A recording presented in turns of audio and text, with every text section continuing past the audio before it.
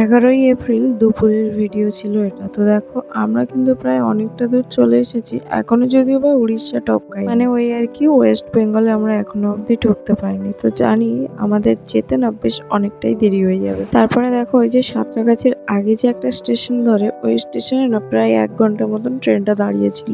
ট্রেনটা ছাড়ার পরে ওই সাঁতরাগাছি ডুবো হচ্ছে কি সাঁতরাগাছি ট্রেনটা ছাড়ছে। তারপর তোমাদের দাদাভাই দেখো এখানে গল্প করছে। এখানে আমরা যে 6 জন ছিলাম এই 6 জনই কিন্তু ব্যাঙ্গালোর থেকে আসছি আমরা। আর কেউ গেছিল ডাক্তার দেখাতে, কেউ করে কাজ। জিনিস কি জানো, আমার মায়ের সাথে আমি আজকে দেখা করব পুরোপুরি 3 বছর 4 মাস পরে। যেই বলেছিলাম যে আমরা যাব না, কান্নাকাটি করে একাকার করে ফেলেছিল। যাই হোক, মাও এসেছে স্টেশনে আমাদের নেওয়ার জন্য। চলো, মশলা মুড়ি নেওয়া হয়ে গেছে, অনেকটা দিয়েছে। কত? সাঁতরাগাছির কাছ থেকে একজন মুড়ি মাখা বিক্রি করতে এসেছে, তো বললো 20 টাকা করে। তারপরে যেই আমরা নিয়েছি বলছে না 30 টাকা। তারপরে যেই তোমাদের দাদাভাই বললো যে না তুমি তো 20 টাকা বললে, বলছে না আমি তো 30 টাকা বলেছি। তারপরে জবরদস্তি করে 25 টাকা নিল। ওই যে দেখো দেখো দেখো দেখাই যাচ্ছে হাওড়ার ব্রিজ। তো যাই হোক, হাওড়ার ব্রিজ ওই উপর দিয়েই যাবো আমরা যদিও বা একটু পরে। মারা কিন্তু চলে এসেছে স্টেশনে আর আমাদের ট্রেন সবে ঢুকছে। তো কোন সাইডে দেবে, কত নম্বর প্ল্যাটফর্মে দেবে সেটাই আমরা বুঝে উঠতে পারছি না। তো মা বললো যে 22 নম্বরে দেবে, অ্যালাউন্স করেছে। তারপরে দিয়ে দিল 23 নম্বরে। একটা জিনিস কি বলতো, আমার ছোট্ট ছেলে পুরো চলে এসেছে ব্যাঙ্গালোর থেকে কলকাতায় খালি গায়ে, শুধুমাত্র প্যাম্পাস পরে। হ্যাঁ, শুধু প্যাম্পাস পরে চলে এসেছে। আর এত পরিমাণে গরম ছিল, এত পরিমাণে গরম ছিল বলার মতন নয়। এই যে আমরা টিকিটটা পাচ্ছিলাম না বাট এতে যে পেয়েছিলাম, যতটা খুশি হয়েছি তার থেকে বেশি কষ্ট করে আমাদেরকে আসতে হয়েছে। আর যেহেতু দুটো বাচ্চা, 2জন মানুষ, একজনও হাত পা ছাড়াতে পারছি না বা পারিনি। কারণ কি, ছোট ছেলেকে তোমাদের দাদাভাই নিলে বড় ছেলেকে আমাকে নিতে হচ্ছে, বড় ছেলেকে আমি নিলে ছোট ছেলেকে তোমাদের দাদাভাইকে নিতে হচ্ছে। এই করে করে মানে সারাটা ট্রেন আমরা এতটা জার্নি করে এসেছি।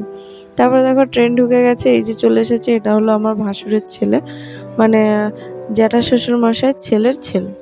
তো দেখো এখানটা ওনারা চলে এসেছে, মা চলে এসেছে। এখানে ছোটোখাটো ব্যাগগুলো ওই জানলা থেকে বের করে দিচ্ছে। আর আমাদের তো ছোটোখাটো ব্যাগ তো তেমন একটা কিছু ছিল না, ছিল বলতে ওই বড়ো ব্যাগ দুটো, তারপরে আমার ছেলের যে সুটকেসটা। ওই যে আমাদের সাথে একজন মাসিমা ছিল, ওনার মাদুরটা থেকে গেছিলো, উনি নিতে এসেছিল। তো জানলা থেকে বের করে দিল। তো আমাকে জিজ্ঞাসা করছে কাকি কী নেবে, কী নেবো কী না। তাই বললাম তুই এই ওদেরকে নিয়ে বাইরে যা, বাকি আমরা বের করে নিচ্ছি। তারপর আমরা একে একে সমস্ত কিছু এখানটা বের করে নিচ্ছি। আর জানলা থেকেই দেখো তোমাদের দাদাভাই ছোট্ট সোনাকে বের করে দিল। তারপর আমাকে বলছে ওপরে কি কোথায় আছে না আছে সমস্ত কিছু গুছিয়ে গেছে নাও, খুঁজে নাও, দেখে নাও ভালো করে। এই দেখো সব আমাদের টিম চলে এসছে। তুই কার কালে উঠেছিস? নেই নেই চাই, আমাদের নতুন মানুষ ঘরে যাচ্ছে না। হ্যাঁ, এই দেখো আম্মা শরীরে কিচ্ছু নি, কত টেনশন নিলে হয়। রিপোর্টে কিচ্ছু নেই, জল খাও না, টেনশন, অতিরিক্ত টেনশন নাও। ময়ূরের পালকটাকে ফেলে দিয়েছে। কি আছে? পাথর আছে? কে বলছে?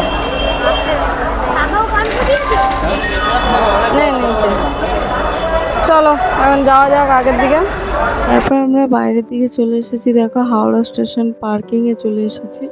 তো এখানটা আমাদের এই যে গাড়ি নিয়ে আসা হয়েছিল, যেহেতু এতটা ট্রাভেল করে এসেছি, বর্দা বললো না কাটা গাড়িতে আর আসতে হবে না, আমরা এখান থেকে গাড়ি বুক করে দিচ্ছি, গাড়িতেই চলে যাবো।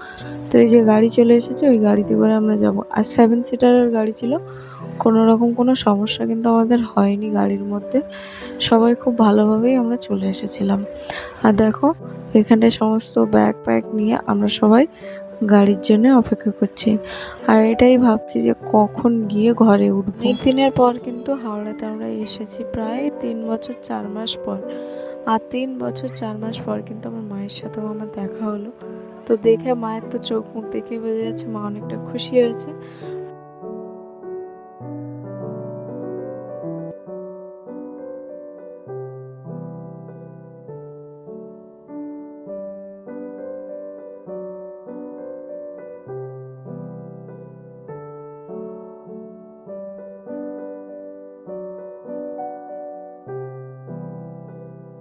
কলকাতার রাস্তা দিকে এই যে লাইটিংগুলো যে দেয় না, দেখতে খুব সুন্দর লাগে। আর বেশ আমরা কিন্তু অনেক কয়েক বছর পর এই জিনিসটাকে দেখছি, আর দেখে কিন্তু খুব সুন্দর লাগছে।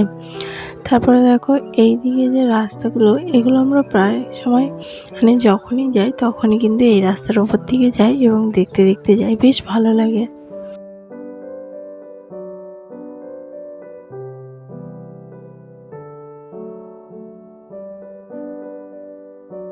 এই তো আমরা দেশে আসতে পারলাম না, কিন্তু আমাদের কিন্তু আবার যাওয়ার টাইম পরপর হয়ে আসছে। হ্যাঁ, এই যে কটা দিনের জন্য আমরা এসেছি, এই কটা দিন যদি আমরা ওখানে থাকতাম তাহলে কিন্তু দিন মোটেই কাটতে চাইতো না।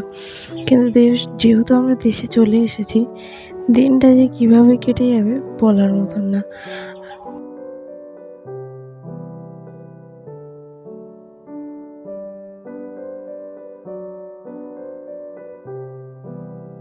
ফাঁকা রাস্তা দেখতে বেশ ভালো লাগছে, আর লাইটিংগুলো তো আরও কি সুন্দর লাগছে।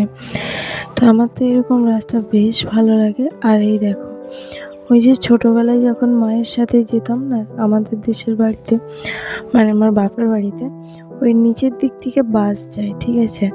তো ওখান থেকে এই এই যে তিনটে তিনটে যে ঘরগুলো, এগুলো কি আমি ঠিক জানি না, তবে এইগুলোও না আমি দেখতে দেখতে যেতাম, বেশ আনন্দও পেতাম। তারপর নতুন একটা জিনিস যেটা দেখলাম, সামনে দিয়ে গিয়ে দেখাচ্ছি তোমাদেরকে।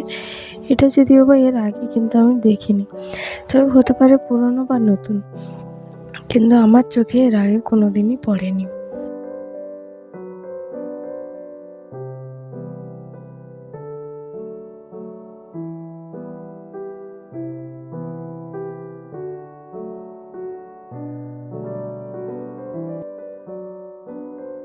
সেই জিনিসটা কি বলতো, এই যে দেখো বোটের মতন একটা ঘর, এই জিনিসটা আমার চোখে আজকে প্রথমবার পড়লো। তো এর আগে ছিল কি ছিল না আমি তো জানি না, তোমরা যদি জেনে থাকো তাহলে কমেন্ট বক্সে জানিও। আমরা যখন দেশে আসতাম যেতাম, ওই যে বিল্ডিংটা দাঁড়িয়ে আছে, ওই বিল্ডিংটা তখন কাজ হচ্ছিল। তারপরে কিন্তু কমপ্লিট হওয়ার পরে বেশ কয়েকবার আমি দেখেওছি, কারণ যেহেতু ব্যাঙ্গালোর থেকে আসার সময় এই রাস্তা দিয়ে আমাদেরকে যেতে হয়। তো আবারও জিনিসটাকে দেখলাম, আর রাতের বেলা দেখো কত সুন্দর লাইটিং দিয়ে সাজিয়েছে, বেশ সুন্দর লাগছে কিন্তু দেখতে। মাথাটা এত পরিমাণে যন্ত্রণা করছে, ড্রাইভার দাদাকে বলতে একটা জায়গায় দাঁড় করিয়েছে। তবে হ্যাঁ, চা খাওয়ার খুব ইচ্ছে ছিল। তোমাদের দাদাভাই তো ভাঁড় দেখেই বললো, তুমি তো ভাঁড়ে চা খেতে চেয়েছিলে, তো এই দেখো ভাঁড় আছে, ভাঁড়ে চা খাও। তো আমার সাথে সাথে মাও চা খেলো, সবাই চা খেলাম। কিন্তু একটা জিনিস যেটা হলো, এই চাটা কিন্তু ভালো হয়নি। আর মানে কেমন যেন একটু জলসা জলসা মতন লাগছিল। চাটা কোনো রকম যে গরম জলটা পেটের মধ্যে পড়েছে, মাথা যন্ত্রণা তো ছেড়েছে বা ছাড়েনি, টিপটিপানি ধরেই ছিল। তবে হ্যাঁ, ইচ্ছে একটা পূরণ হলো, ভাঁড়ে চা খাওয়া। আর এই দেখো আমার ছোট্ট ছেলে, মানে ছোট্ট সোনা, এত গরমে না হেজে যাচ্ছে। ও যে এই কটা দিন দেশের মধ্যে গিয়ে থাকবে কী করে, সেটাই আমরা ভেবে পাচ্ছি না।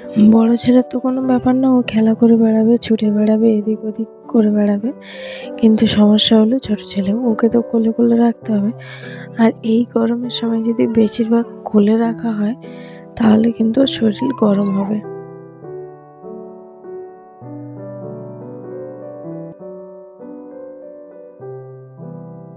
তবে আমার সাথে একটা জিনিস যেটা ঘটছে, আমি কিন্তু বুঝতেই পারছি না যে কোথা দিকে যাচ্ছি, কিভাবে যাচ্ছি।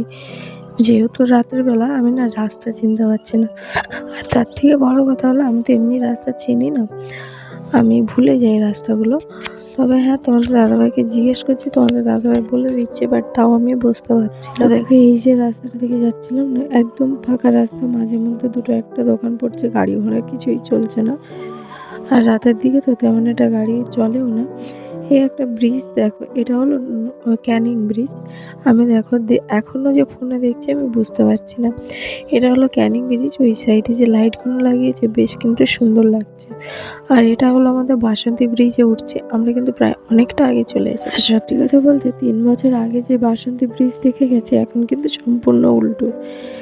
হ্যাঁ, শুধুমাত্র এই লাইটিংগুলো দিয়েই কিন্তু ব্রিজের পুরো মানে ভোলটাই পাল্টে দিয়েছে। খুব সুন্দর লাগছিল এই লাইটিংয়ের জন্য এই ব্রিজটা। আর এই ব্রিজের উপরে আসবো, তোমাদের দাদাভাইকে একবার বলে রেখেছি, তো বললো ঠিক আছে, সময় করে একদিন তোমাকে নিয়ে আসবো।